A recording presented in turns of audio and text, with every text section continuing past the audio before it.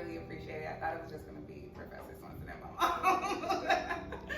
But I am Faith Missick. I'm an alumni here at EIU. I graduated in 2013 for undergrad, and then I stayed in the political science department for my graduate degree, and I graduated in 2015.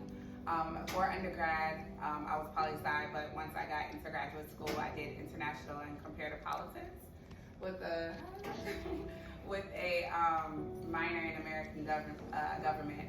So if you know Professor Hendrickson and Provost, that was my my advisor throughout my time with the political science department.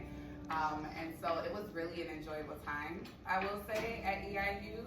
Obviously, I decided to stay extra 2 years, so that was pretty cool. But when I was here, Professor Swenson actually reminded me that I was on a pre-law track. I do not practice law. I did not go to law school. I took the LSAT once, actually, I think at Eastern, and I hated it. So I decided not to go into it, and I actually had another professor here, Professor Kwame, I can't think of his last name, but he introduced me to a program at Washington, D.C. that was to teach international high school students about UN Sustainable Development Goals. And so I actually did that program for the next 6 years, each summer. And throughout the rest of the year, I went into education and was teaching. And so right after I graduated Eastern, though, I actually was applying for jobs to stay in Washington, D.C. So I did the summer program, and I was thinking like, okay, maybe I'll do like an NGO in DC. Of course, political science, you think you're gonna work for the United Nations. I don't know what book I read. I read some book and I was like, I'm not doing this. This is very voluntary. I don't like it. But I knew I wanted to do something in social impact, and so I decided to teach abroad in China right after my program in DC. So I graduated 2015. I was teaching in DC, and then I went to China to teach for 6 months. I taught in Chicago, and that was a really good experience, but I was ready to transition, especially with COVID happening. It was a great time for most people to try to reevaluate their careers. And so that's what I decided to do. So I left education in hopes that I would go into the corporate setting. I wanted to make some more money. I will tell you that if you're coming out of political science and you're looking for a passion project, you're not probably going to make as much money as you think you are. However, those are some of the factors that you kind of decide based on your own situation and your own personal goals that you have. And so I decided that I wanted to switch, and I actually moved to Paris. So to Paris, France, and I went back to school, and it pretty much shifted my whole career trajectory, and I went into sustainability. So while I was at Eastern, sustainability was not necessarily a thing. So it kind of came out of the United Nations Sustainable Development Goals. And during the time when I was teaching in DC, we would teach around these ideas of how we wanted to help the world and be social impactors. But there wasn't really UN Sustainable Development Goals, the 17 Sustainable Development Goals that they have now. And so what those goals are basically how to sustain the world. So the zero hunger, no poverty, climate change. The UN has pretty much pushed those goals out and wanted the rest of the world to align with them and see what we can do in order to sustain our world, make our world live longer, like human beings live longer. And so I got into that field. And I had a track for going to an NGO or to go the sustainability route. I said, I want more money, so I'm gonna go to the sustainability route. And I ended up in corporate America. So currently, I'm an ESG project manager. So ESG is environment, social, and governance. And so if you know what corporate social responsibility is, which is kind of what it was when I was in school, ESG is now the data collection part. So now our investors and customers are asking corporations, hey, you say you have these environmental commitments, what are you doing year over year to make sure that you're reducing emissions? So I have to work with operations or facilities to make sure they are collecting emissions data and reporting it out, making sure that the data is reporting out the same way after we do it again. So that's like data maturity. And then investors will essentially request it and on demand request it.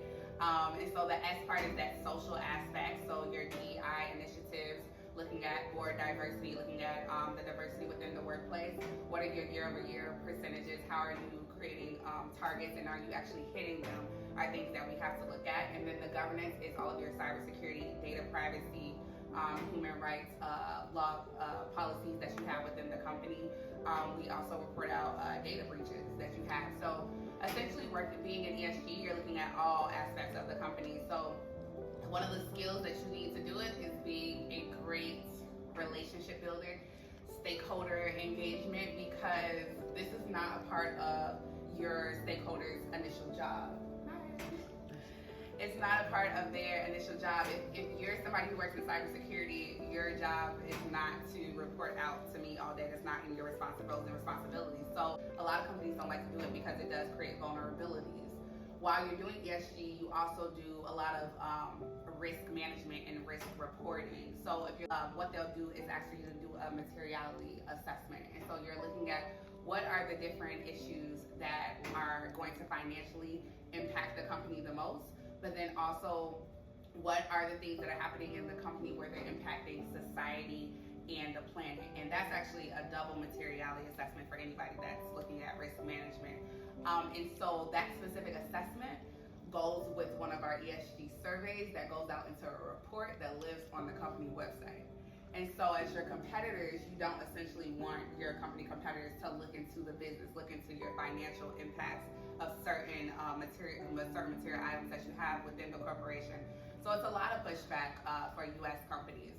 But if you have a company that has EU customers or EU suppliers, or the company is based in the EU, right now they have a regulation where it's required that they have to report out ESG data. And they not only have to report it out, they also have to get audited. So overall, all this stuff that I do, investors and customers come to me, they ask me, what is the company doing to help the environment, to help the people, and to protect the people on the governance side? And then I go to the people within the company and say, give me the numbers to show that we're actually doing something good. And if we are not doing something good, we need to figure out how we're gonna start doing something good. And then I report that back out. And essentially what's gonna happen is our auditors are gonna come back into the company and make sure we're not greenwashing, or make sure that we're not putting out false data. And so it does hold a sense of accountability, but at the end of the day, it's a tug of war, because it's also a budget required in order to do this. The auditors are not working for free. So can you tell us like what a typical day for you looks like? And then also connected to your time here at Eastern, where you are now, what do you feel like your experience here at Eastern, like what was the part that best prepared you for where you are now? And also what did you not have that you wish you knew you would need? Okay, so good question. The first part of it is, what does my day-to-day look like? So I'm in a lot of meetings, however, we are overseeing the projects. It's also a lot of sending emails and just doing a lot of follow-ups to make sure everything that is happening is continuing to go. And so what some of those emails could look like is new regulations that are coming out. So that kind of goes back to my political science part. I did not think I would be a research analyst. I didn't see that in my future. However, political science, we do a lot of research, and so I do have to stay on top of what are some of the trends that are happening in sustainability. And then also just the soft skills. I think like timeliness, being on time, like execution, help somebody plan a project, which is kind of like your coursework that you get, and understanding how to get to the end, and understanding when your deadlines are, if there's something that pivoted, if you missed the quiz or something like that, how do I make that up to make sure you're back on track? It's the same thing with project management, where it's like, okay, somebody dropped the ball here, how do we get back on track? Because I mean, when you're in school, it's just, I mean, it's kind of like you that's suffering. But when you're in a corporation, conversations with like the CFO or the CEO, because the customer is trying to drop out because we drop a ball, or like an investor is trying to cut, like it gets very serious. really quick because you want to keep your job.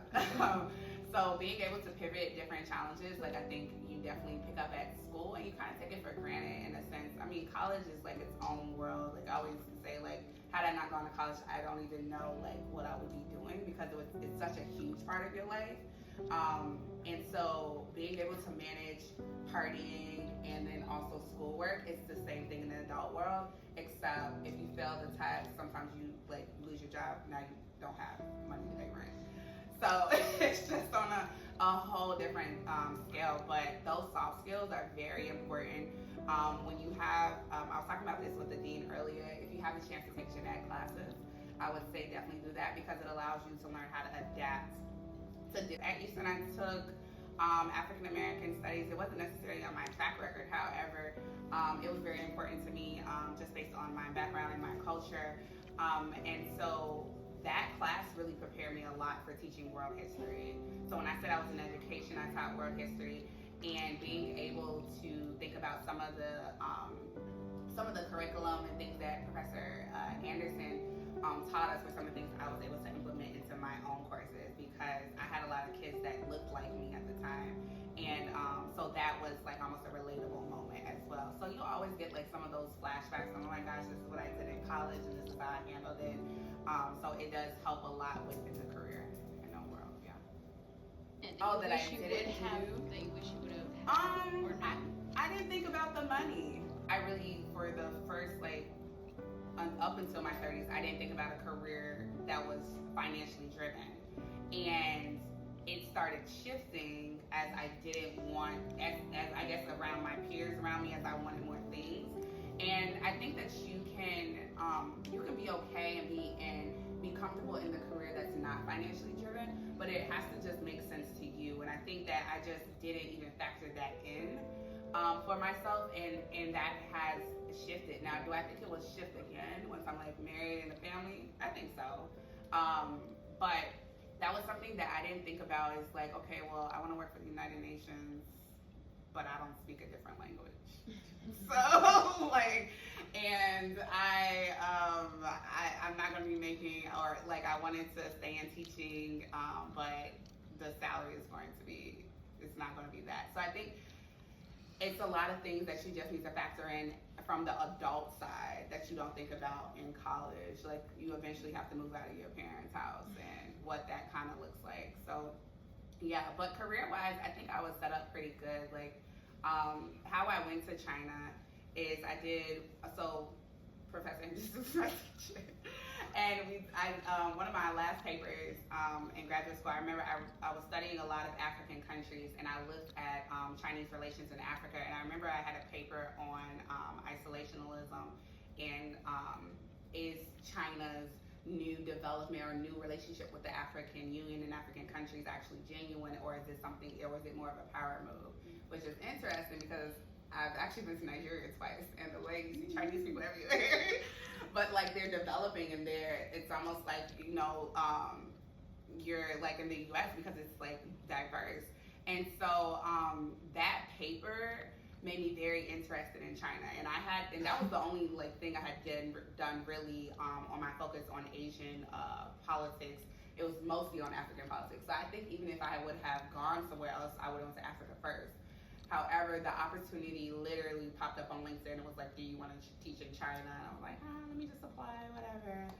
And they called me like the next week, and I was like, okay, whatever, like I'm going. So being open to opportunities like that, I didn't get a chance to study abroad while I was in school. I highly recommend it. But being in like a department like political science, it does give you exposure to what is happening internationally. And so I think taking advantage of that, like it opened the most doors for me. When I have interviews, that's what everybody wants to talk about. How was China? I'm like, it was stressful, but it was amazing. And then how was Paris? And that's the next thing they want to talk about. So yeah, it's cool. Any other questions? Can I ask you one more? Go ahead. I'm sorry. Interesting.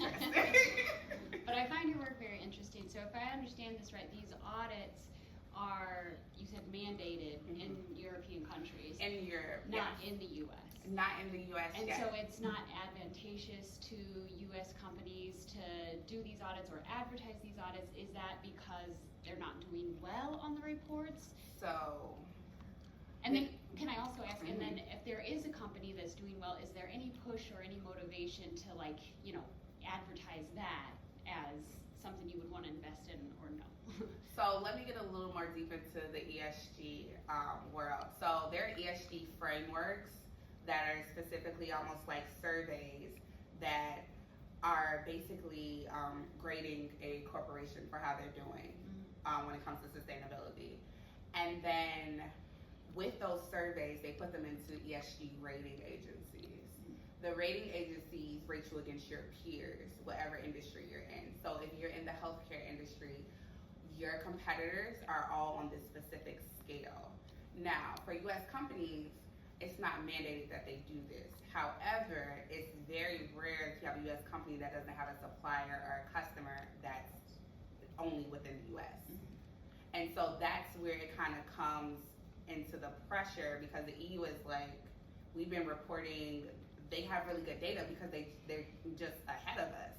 And so scope 3, so I'm going a little technical into emissions. So if you know emissions, I'm not like environmentalist, so I look at the data once it's already there. However, it's different types of emissions. It's 3 scopes of emissions is what we call them when you're looking at environment. The first one is your direct emissions. You use diesel to operate your facility, or if you use diesel to operate your car.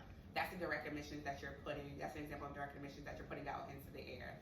Scope 2 is your indirect emissions. So that may be like purchased electricity. And so then scope 3, which is what is forcing other companies to act a little quicker, because that is your supply chain.